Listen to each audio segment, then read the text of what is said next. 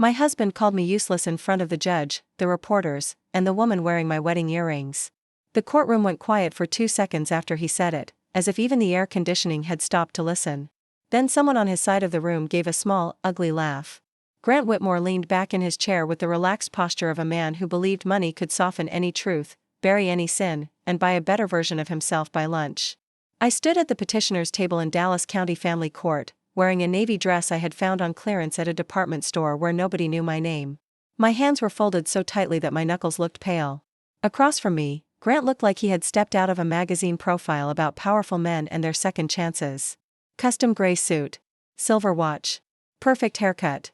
The same smile he used when he closed land deals, cut people out of contracts, and convinced rooms full of investors that he had built his empire alone. Beside him sat his attorney, Natalie Voss, a woman famous for turning divorce hearings into public executions. Behind him, in the second row, sat Paige Langley, 29, glossy blonde hair, cream designer purse, and the diamond hoops Grant had given me on our 10th anniversary. I knew they were mine because the left clasp was slightly bent from the night I dropped one down the bathroom sink and spent 40 minutes fishing it out with a wire hanger while Grant yelled that we were late for a donor dinner. Paige touched that earring like she knew I was looking. The judge glanced over her glasses. "Mr. Whitmore, answer the question directly." Grant sighed, as though the entire court had become an inconvenience. "With respect, Your Honor, Claire never contributed anything real to my company or my financial success. I built Whitmore Development from the ground up. I paid for the house, the cars, the insurance, the vacations, the staff, everything. She was just there. Just there." I heard a reporter's pen scratch across a notepad. My attorney, Renee Cole, leaned toward me and whispered, "Breathe. Not yet. Not yet." Those 2 words had kept me alive for 18 months. Not yet, when Grant locked me out of our joint accounts. Not yet, when his publicist planted stories saying I wanted a payday after years of luxury. Not yet, when Paige posted a picture from my kitchen with the caption, "Some women decorate a house. Other women make it a home." Grant continued, enjoying himself now. "I'm not saying she's a bad person. She's pleasant. She hosted dinners. She chose flowers. She liked arranging things. But she didn't work. She didn't run numbers. She didn't take risks. She was a wife, not a partner." I looked down at the table because if I looked at him too long, I might remember too much at once. I might remember the night he came home shaking because a bank was about to pull financing on the Riverside project, and I stayed up until 3:17 a.m. rebuilding his cash flow projections while he slept on the couch with a half-empty bottle of bourbon on the floor. I might remember calling 12 vendors after he screamed at them and nearly got sued for non-payment. I might remember editing pitch decks, reworking investor emails, planning donor dinners, memorizing the names of people Grant forgot until 10 minutes before they arrived. I might remember selling my grandmother's bracelet during the first recession because payroll was due and Grant said he would rather die than ask his father for help. Nobody in that courtroom saw any of that. To them, I was the polished wife in old charity photos. To Grant, I was furniture that had started talking. Natalie stood and clicked a remote. Photos appeared on the screen, me at galas, me at restaurants, me in Aspen, me leaving a boutique with shopping bags. Each image had been chosen to make my life look like one long receipt. "Your Honor," Natalie said, "this is the lifestyle Mrs. Whitmore enjoyed while contributing no documented income of her own." Paige smiled at the word enjoyed. I stared at the photos and felt a strange calm rising beneath the humiliation. Grant and Natalie thought they were showing the court proof of my uselessness. They had no idea those photos were also proof of my labor. In the first gala picture, I had secured 3 investors who later funded a $42 million redevelopment. In the Aspen photo, I had spent the whole flight there rewriting a proposal Grant presented as his own. In the boutique picture, the shopping bags did not hold clothes. They held printed contracts because our home printer had jammed and Grant's assistant had gone home sick. But I stayed silent. I had learned silence from marriage. The first time Grant humiliated me in public was not in court. It was at a rooftop restaurant in uptown Dallas, 8 years into our marriage, during the anniversary party for Whitmore Development. I had organized every detail: menu, seating chart, press list, investor gifts, security, even the bourbon brand because one of Grant's board members hated anything from Kentucky. Grant stood under string lights with a glass in his hand and thanked his executive team, his bankers, his vision, and his hunger. Then he pointed at me. "And Claire, of course. She doesn't understand business, but she sure knows how to make a room look expensive." Everyone laughed. I laughed too, because women like me learn early that if we laugh first, people call it grace instead of cruelty. That night, while Grant slept drunk in our bedroom, I sat on the bathroom floor and opened the first journal. I wrote, if I don't keep my own record, he will erase me. After that, I saved everything. Emails, texts, receipts, meeting notes, vendor disputes, photos of whiteboards, draft contracts, versions of investor presentations before Grant replaced my name with his. I kept calendars showing 11 years of corporate dinners, charity events, site visits, meetings, and damage control disguised as marriage. I recorded calls when I legally could. I forwarded documents to a private address. I learned how metadata worked because Grant once told me, laughing, that women like me should stick to thank you notes. I also did something else. I opened an investment account using my maiden name. At first, it held almost nothing. Money from selling things I no longer wore. Birthday checks from my aunt. Small amounts Grant assumed I spent on candles, shoes, and facials. I studied late at night while he slept. I took online finance courses. I read construction reports until the terms stopped looking like a foreign language. I invested carefully. Then more boldly. Then, when I knew enough, I formed a private investment company called Bennett Ridge Capital. Bennett was my mother's maiden name. Ridge came from the street where I grew up in a small house with one bathroom and a kitchen table that rocked if you leaned on the wrong corner. When Whitmore Development almost collapsed during a financing crisis, an anonymous private firm bought a chunk of its distressed debt and gave it breathing room. That firm was mine. Grant never knew. In the courtroom, Natalie turned off the screen and faced me with a sympathetic smile sharpened into a blade. Mrs. Whitmore, isn't it true you never held an official position at Whitmore Development? Yes, I said. You never drew a salary from the company? No, you never appeared on the company's board? No, you never signed as an officer, director, or authorized representative? No, her smile widened. So when you say you helped build this company, what you really mean is that you were married to the man who built it. Grant lowered his head, pretending not to smile. Renee touched the folder in front of her. Still not yet. Natalie walked closer. You lived in a $7 million home, correct? Yes. You drove a Range Rover? Yes. You had access to household staff, private travel, club memberships, luxury vacations? Yes. And now you're asking this court to reward you because your husband decided to end a marriage that had become, in his words, emotionally unproductive. A murmur moved through the room. Emotionally unproductive. That sounded like Grant.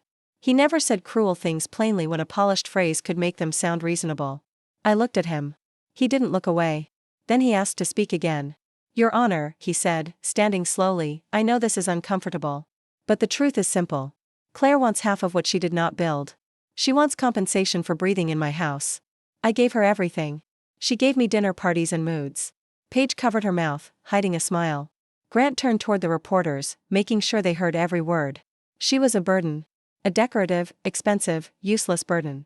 The word landed like a slap. Useless. The judge stopped writing. I felt Renee's hand cover mine under the table, but I did not squeeze back. Something inside me had gone very still. Not numb. Not broken.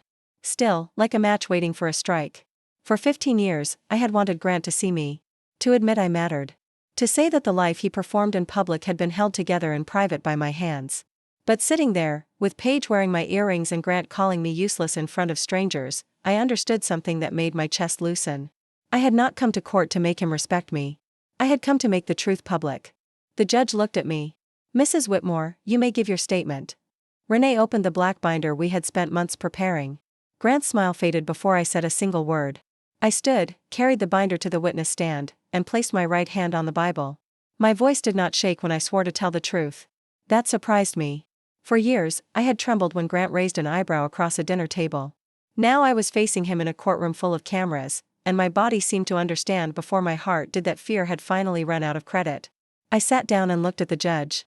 Your Honor, I said, for 15 years, my husband told people my work did not count because no one paid me for it. Grant shifted in his chair. Renee stepped forward. Mrs. Whitmore, can you explain what you mean by work? I mean the work of keeping his company alive when his ego was too expensive to manage. Natalie stood immediately. Objection. Argumentative. Sustained, the judge said. Mrs. Whitmore, describe facts. Yes, Your Honor. I opened the binder. These are calendars covering 11 years of business events, investor dinners, zoning meetings, and private negotiations I planned, attended, or prepared Grant for. These are emails drafted by me from my personal computer and sent through Grant's account after he asked me to make them sound smarter. These are contracts I reviewed before he signed them. These are budget worksheets I created during 3 liquidity crises. These are vendor communications I handled when Grant refused to take calls. The room changed temperature. Not literally, but I felt it. People leaned forward. Natalie's pen stopped moving. Paige sat a little straighter. Grant gave a dry laugh. This is ridiculous. The judge looked over her glasses. Mr. Whitmore, you were warned. He sat back, jaw tight. Renee handed copies to the clerk. Your Honor, we have authenticated metadata and corroborating witnesses for the documents Mrs. Whitmore is referencing. Natalie's face hardened. Household organization and social planning do not equal corporate contribution. I turned to her. I agree. For the first time, she looked uncertain. I continued. Choosing flowers did not build Whitmore Development. Negotiating with a concrete supplier at 11:40 p.m. after Grant missed 2 payments did. Keeping a pension fund investor from walking away after Grant forgot his wife's name at dinner did. Reworking the Riverside financing deck after Grant's numbers showed a $9 million gap did. Convincing 2 family offices to attend a private dinner after Grant insulted them at a golf club did. A reporter in the back whispered, "Whoa." The judge took one of the spreadsheets and studied it. Mrs. Whitmore, she said, were you compensated for this work? No. Were you credited? No. Did Mr. Whitmore know you performed these tasks? I looked at Grant. Yes. He depended on it. Grant's mouth tightened, but he said nothing. Renee nodded to me. Tell the court about Bennett Ridge Capital. Grant blinked. Paige looked at him, confused. I watched his face carefully. There it was, the first crack. Bennett Ridge Capital is a private investment company I founded 6 years ago under a trust structure using my separate inheritance and personal savings. Grant sat up. What? The judge lifted a hand. You will have a chance to respond. I kept going because if I stopped, the old Claire might come back and apologize for making everyone uncomfortable. I started investing privately because Grant mocked me whenever I tried to discuss business. He said finance was not a hobby for bored wives. He said I didn't have the stomach for risk. He said I was good at making rooms look pretty, not reading balance sheets. Renee placed another packet into evidence. In 2021, I said, Whitmore Development faced a severe debt problem connected to the Riverside Landing project. Its primary lender threatened enforcement. Vendors were unpaid. A public default would have damaged the company's reputation and triggered cross-default provisions on multiple projects. The judge glanced at the documents, then at Grant. An anonymous private firm purchased distressed debt and extended the timeline for repayment, I said. That firm was Bennett Ridge Capital. The courtroom erupted in whispers. Grant stood. That is a lie. The judge slammed her gavel once. Sit down, Mr. Whitmore. He did, but his face had gone red. Natalie was already flipping through the documents, hunting for a weakness. Renee said, Your Honor, the ownership documents, transfer records, tax filings, and bank confirmations are included. The judge reviewed the first page. I saw the moment Grant understood that the name Bennett Ridge was not a bluff. His eyes moved across the paper, then to me, then back to the paper. You, he said, almost too softly to hear. Yes, I said. Me. The reporters wrote faster. Paige leaned toward him and whispered something. He snapped, Not now. That was the first time I had ever seen him speak to her like he used to speak to me. Renee guided me through the timeline. The first investment. The debt purchase. The emergency bridge financing. The second crisis when Whitmore Development had quietly lost 2 anchor tenants and Grant told the press demand was stronger than ever. I explained what I could without violating protected investment structures. I explained that Bennett Ridge never gave him a gift. It made a profitable investment. It also happened to save the public reputation he had built by stealing credit for my invisible labor. Natalie finally stood. Her smile had disappeared. Mrs. Whitmore, are you asking this court to believe that you secretly controlled a financial firm sophisticated enough to rescue a major development company while also claiming to be an oppressed spouse? No, I said. I'm telling the court I became sophisticated because I was an oppressed spouse. The room went silent. I did not plan that sentence. It came from somewhere deeper than strategy. Natalie recovered. And you hid this from your husband? Yes. So you deceived him. I looked at Grant. I protected myself from him. She stepped closer. Convenient. No, I said. Necessary. Renee called the next witness. The back door opened, and Derek Lowe walked in carrying a gray folder. Grant's face drained. Derek had been the chief financial officer at Whitmore Development for 9 years until Grant fired him 6 weeks after I filed for divorce. Grant told people Derek had performance issues. I knew the truth. Derek had refused to sign a statement saying I had no role in company strategy. Derek took the oath and sat down. He looked older than the last time I had seen him, but lighter too, like a man who had finally set down a box of stones. Renee approached. Mr. Lowe, did Mrs. Whitmore contribute to Whitmore Development in ways not reflected by her official title? Derek gave a sad laugh. She had no title, but half the time she was the only reason the company looked functional. Grant whispered, "Traitor." The judge heard him. "Mr. Whitmore." Derek did not look at Grant. He looked at me. Claire reviewed presentations before investor meetings. She caught errors in budgets. She smoothed over vendor conflicts. She knew which lenders needed flattery, which investors needed data, and which city officials hated surprises. Grant was the face. Claire was the memory. My throat tightened. The memory. That was exactly what I had been. The memory of names Grant forgot. The memory of promises he made and broke. The memory of debts, deadlines, birthdays, allergies, contracts, betrayals, and apologies he expected me to deliver for him. Renee asked, "Did Mr. Whitmore present Mrs. Whitmore's work as his own?" "Yes." "How often?" Derek looked at Grant for the first time. "Constantly." Grant lunged half out of his chair. "You bitter little," the judge struck the bench with her gavel. "One more outburst and I will hold you in contempt." Grant sat, breathing hard. Derek opened his folder. I brought copies of internal versions of 7 investor presentations. The early drafts came from Claire's personal email. The final versions were presented by Grant with her name removed. I also brought correspondence showing that Bennett Ridge Capital requested no special treatment when it purchased debt. It was a legitimate transaction. But without it, Whitmore Development would have been in serious trouble. Natalie tried to attack him. "Mr. Lowe, isn't it true you were fired by Mr. Whitmore?" "Yes." "So you have reason to be angry." Derek nodded. "I was angry when he fired me. I became honest when he asked me to lie." That sentence moved through the courtroom like a match dropped into gasoline. Renee then played the recording. It was from 8 months earlier, in the library of our house on Straight Lane. Texas law allowed me to record conversations I was part of.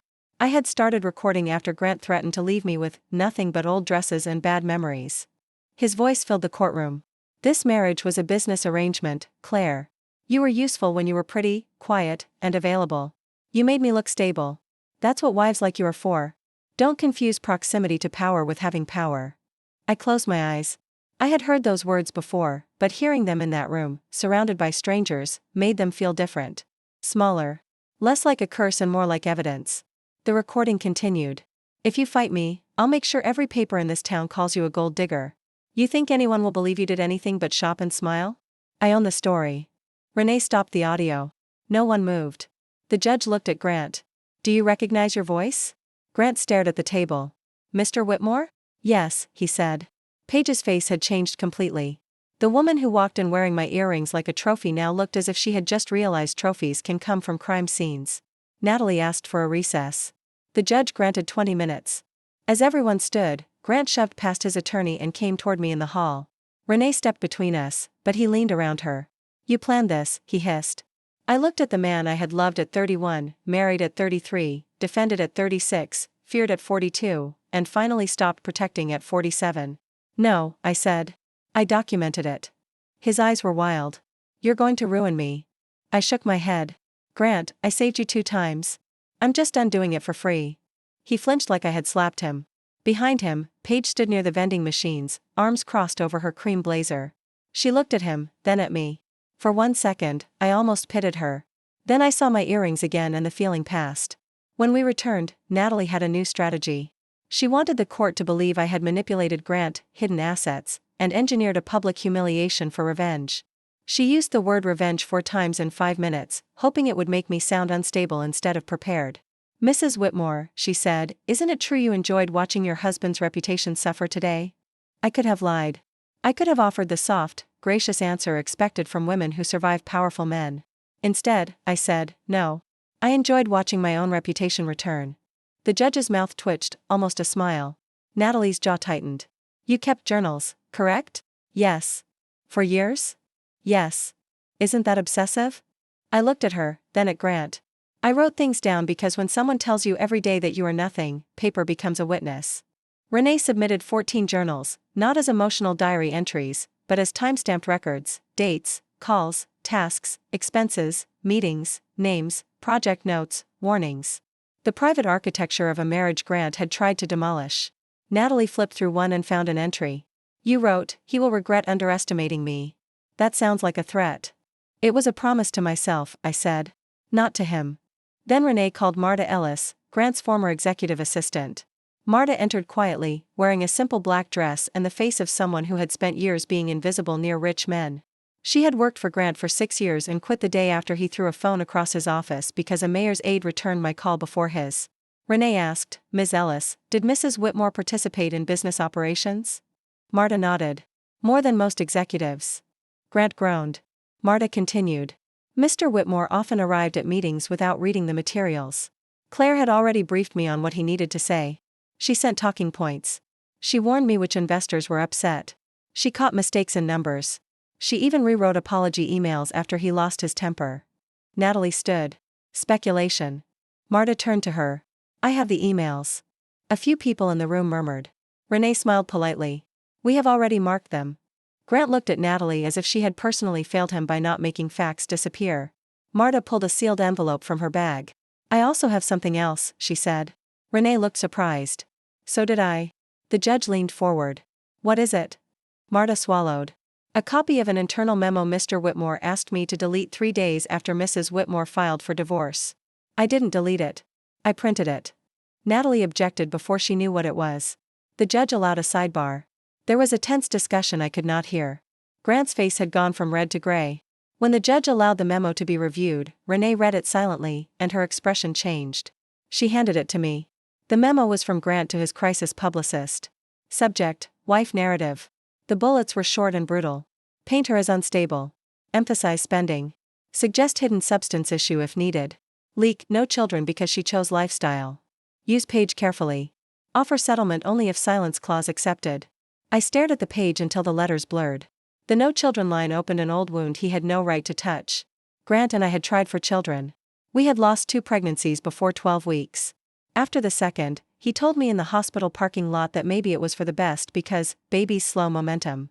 I had buried that sentence in the deepest part of myself. And now he had planned to twist that grief into gossip. I looked across the courtroom at him. For the first time all day, I hated him without guilt. Renee's voice was careful. Your Honor, this goes directly to Mr. Whitmore's credibility and to the coercive nature of the proposed settlement and silence clause. The judge accepted the memo provisionally. Grant exploded. That was strategy. Everybody does strategy. The judge's voice turned cold. Not everyone weaponizes pregnancy loss in family court, Mr. Whitmore. Paige stood so abruptly her purse fell from her lap. The sound echoed. Grant turned to her. Sit down, he snapped. She did not. She looked at me, then at the earrings, and slowly removed them. Grant whispered something harsh, but she was already walking out. Every camera in the hall caught her leaving. It should have felt satisfying. Instead, it felt like watching a crack race across glass. Grant's life was breaking in public, and for once, I was not running behind him with glue. The judge called another recess to review the new memo and additional evidence. I sat in a small witness room with Renee, my hands wrapped around a paper cup of coffee I did not drink. Renee said, "Are you okay?" No, she nodded. But I'm not afraid. That's better than okay. I almost laughed. On the wall, there was a framed print of a bluebonnet field. It reminded me of the drives Grant and I took in the early years, before money turned his charm into entitlement. Back then, he had dreams and debts and a laugh that made me feel chosen. I used to think love meant standing beside a man until he became who he wanted to be. Nobody warned me that some men become powerful and then punish the woman who knew them when they were small. I thought about leaving during year 9. I had even packed 2 suitcases. Grant found them in the guest room and cried for the first time in years. He said he was scared, stressed, ashamed. He said the business pressure was turning him into someone he hated.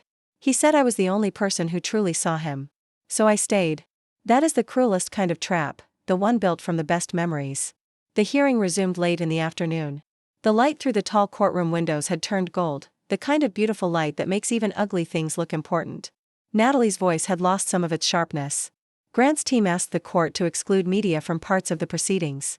The judge denied most of it. Grant had invited reporters when he thought he would humiliate me. Now he wanted privacy because the humiliation had changed direction. Renee presented the settlement offer Grant had sent me 2 months earlier. It gave me a fraction of the marital estate, assigned me a vacation property with undisclosed tax liens, and required a lifetime non-disparagement and confidentiality clause so broad I would not have been able to tell my own sister why I was crying. My client rejected the offer, Renee said, because it was not a settlement. It was a burial. Then she presented the final document. Even I had not seen it until that morning. It was a forensic summary from an independent accounting firm showing that Grant had transferred company funds into consulting payments connected to Paige's lifestyle brand. Not millions. Not the kind of cartoon theft people imagine in bad movies. Just enough to be ugly. Just enough to show entitlement. Strategy fees. Brand partnerships. Event consulting. Payments routed through entities with names like LGL Media and Harbor Social. Paige had not just been his girlfriend. She had been on the company's unofficial payroll while Grant argued that I was the expensive burden. The judge reviewed the summary. Grant's attorney closed her eyes for half a second. Grant leaned toward Natalie, whispering urgently. She did not whisper back.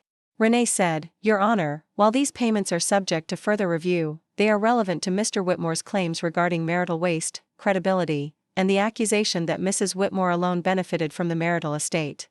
The judge allowed the summary. Grant stared at me with pure fury. I did not look away.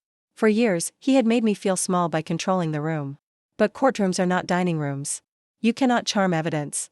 You cannot raise your voice over bank records. You cannot call a woman useless and expect the paper trail not to answer.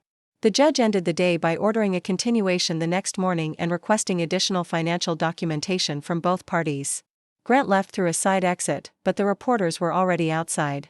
Renee and I walked down the main steps because I was tired of side doors. A journalist called out, "Mrs. Whitmore, did you really own the firm that rescued your husband's company?" I stopped. Renee touched my elbow, warning me to be careful. I looked into the cameras and said, "I did what a lot of women do. I kept everything from falling apart. The difference is that this time, I kept the receipts." That sentence went viral before midnight. By morning, the clip had been shared everywhere. Business accounts called me the secret investor wife. Divorce attorneys reposted it.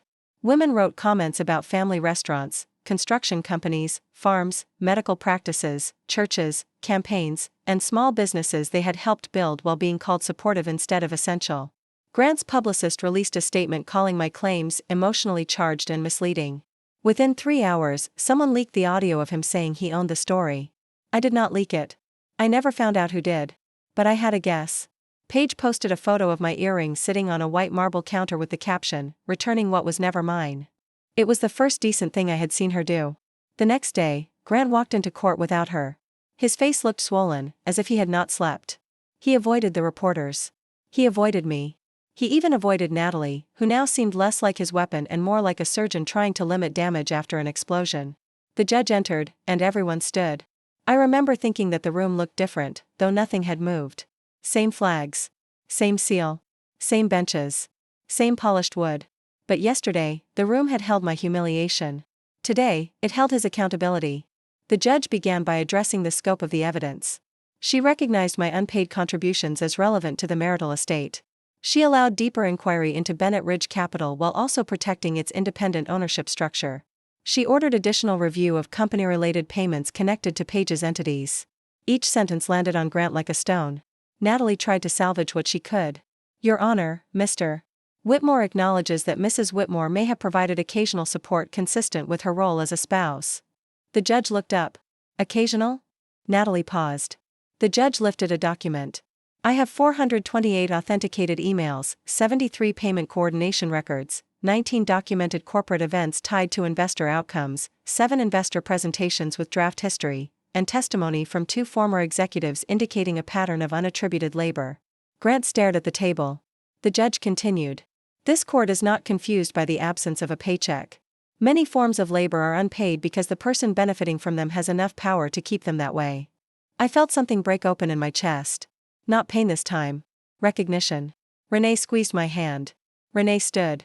"Your Honor, Mrs. Whitmore is not seeking operational control of Whitmore Development." Grant looked up, startled. Renee continued. "She is seeking fair division of marital assets, compensation reflecting documented contributions, recovery related to waste claims, and complete recognition that Bennett Ridge Capital remains her separate and independently managed entity." Grant frowned, confused. He had built his entire defense around the idea that I was trying to take his throne. He did not understand that I had stopped wanting to live in his kingdom. Renee placed a final proposal before the court. It requested a structured settlement, a buyout, and a public correction of several false claims made through Grant's representatives. It also asked the court to reject the silence clause and preserve my right to speak truthfully about documented experiences. Natalie argued hard. She was good. I will give her that. She framed me as calculated, bitter, secretive. She argued that Bennett Ridge showed I had financial sophistication and therefore did not need protection. She suggested that my documentation had been assembled with the intent to harm Grant. The judge listened. Then she asked me a direct question. Mrs. Whitmore, why did you keep so many records? The room seemed to lean toward my answer. I thought of every version of myself that had carried receipts in secret. The 34-year-old who still believed Grant would grow kinder when the company stabilized. The 39-year-old who cried in the pantry so guests would not see. The 43-year-old who opened a brokerage account at 1 a.m. with trembling hands. The 47-year-old standing in court while her husband called her useless. I said, because love made me stay, but the records helped me survive. Nobody spoke. Even the judge looked down for a moment. Grant's shoulders slumped. Not from remorse. I knew him too well to mistake defeat for regret.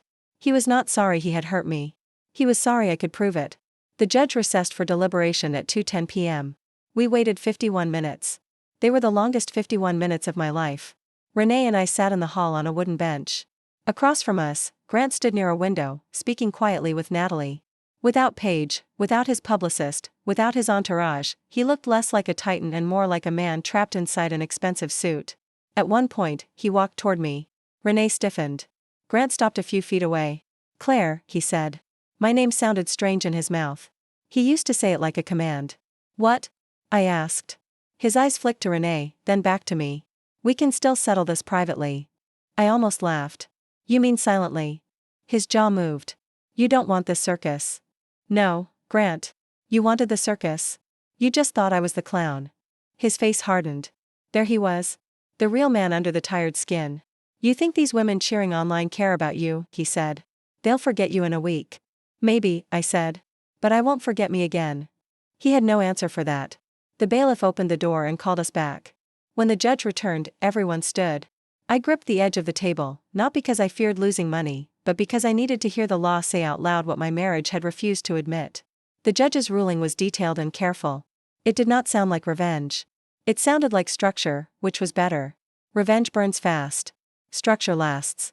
She found that my contributions to the marital estate were substantial, continuous, and well documented. She recognized that unpaid labor had supported the growth, stability, and public reputation of Whitmore Development. She ordered an adjusted division of marital assets that reflected those contributions. She ordered compensation tied to documented unpaid work and financial benefit. She preserved Bennett Ridge Capital as my separate property, subject only to limited tracing of marital funds, which Renee had already prepared for. Grant went pale. The judge also ordered a forensic review of the questionable payments connected to Paige's entities and reserved the issue of marital waste for further proceedings. She rejected Grant's proposed confidentiality clause. She rejected the version of the settlement that would have buried me. She ordered both parties to refrain from making false public statements, but she made one point very clear. Mrs. Whitmore retains the right to speak truthfully about her experience and the documented facts of this case. The gavel came down. I did not cry immediately. I thought I would. I thought victory would feel like a dam breaking. Instead, it felt like silence after a fire alarm stops. My ears rang. My hands went warm. The room blurred at the edges. Grant remained seated after everyone else stood. Natalie touched his shoulder, but he did not move. For 15 years, I had watched rooms rearrange themselves around his moods. Now the room emptied without waiting for him. Outside the courthouse, reporters rushed toward me. Renee said, "Only if you want to." I looked at the cameras, the microphones, the courthouse steps, the Texas sky bright and indifferent above us. A reporter asked, "Mrs. Whitmore, how does it feel to win?" I thought about the word win. I thought about 2 miscarriages turned into strategy bullets. I thought about my grandmother's bracelet. I thought about laughing at jokes that cut me open because I wanted people to think I was graceful. I thought about the young version of me who believed being chosen by Grant Whitmore meant I had become important. I don't feel like I won, I said. I feel like I stopped disappearing. The headlines ran that night. The wife he called useless was the investor who saved him. Secret capital firm exposes Dallas developers' divorce claims. She kept the receipts. Grant released a video from his office calling the ruling deeply unfair and a dangerous precedent for ambitious spouses hiding assets. He looked tired. Worse, he looked ordinary. Then the internet did what the internet does. It dug. Former employees posted stories. Vendors hinted at late payments. A retired city official wrote that I had been the only Whitmore who ever returned calls on time. Women stitched my courthouse clip with their own stories. Some cried. Some laughed. Some held up binders. One woman stood in front of a family auto shop and said, "I'm getting my name on the paperwork tomorrow." I watched those videos from a hotel room because I could not go back to the straight lane house that night. The bed was too big. The silence too new. I ordered soup I barely ate and kept refreshing my phone until Renee texted, "Stop reading." Sleep. I did not sleep. At 2:32 a.m., I opened my oldest journal. The cover was cracked. The first page held the sentence I had written on the bathroom floor years earlier. "If I don't keep my own record, he will erase me." Under it, with a hotel pen, I wrote, "He tried." The following months were not magical. That is the part nobody tells you about public vindication. People think once the judge rules, the pain packs a suitcase and leaves. It does not. It stays in corners. It shows up when you reach for 2 coffee mugs instead of 1. It sits beside you when you sign documents selling the house where you were lonely in beautiful rooms. It whispers when you see a woman in a restaurant laughing too hard at a man's cruel joke. I sold the straight lane house. Grant fought it, then lost interest when the forensic review became more urgent. I did not keep the furniture. I did not want the dining table where he had corrected my stories in front of guests. I did not want the bed where he slept peacefully after destroying me in small daily ways. I kept 3 boxes, my journals, my mother's china, and the yellow vase I bought on a trip to Santa Fe before Grant decided everything in our home needed to match his brand. I bought a smaller house in East Dallas with wide windows, creaky floors, and a backyard full of weeds. The first morning there, I made coffee badly because I had never liked the expensive machine Grant insisted on and had no idea how to use the simple one I bought myself. I drank it anyway on the back steps while a stray orange cat judged me from the fence. No one yelled that the coffee was weak.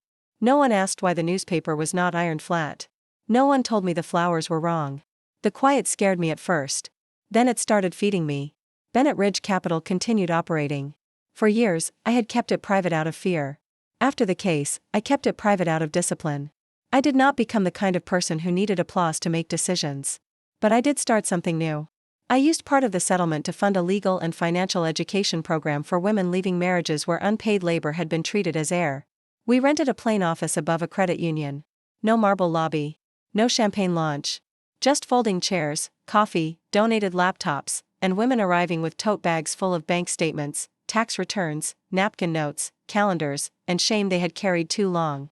The first workshop had 17 women. A ranch wife who handled payroll for 22 years but was not on the deed. A pastor's wife who ran the church books while being called helpful. A surgeon's wife who built his private practice website, hired staff, managed vendors, and was told she had never worked. A woman whose husband owned 3 restaurants and put every recipe in his name even though they came from her mother. I stood in front of them and felt my hands shake. For most of my life, I had spoken beautifully for Grant. I had introduced him, defended him, softened him, translated him.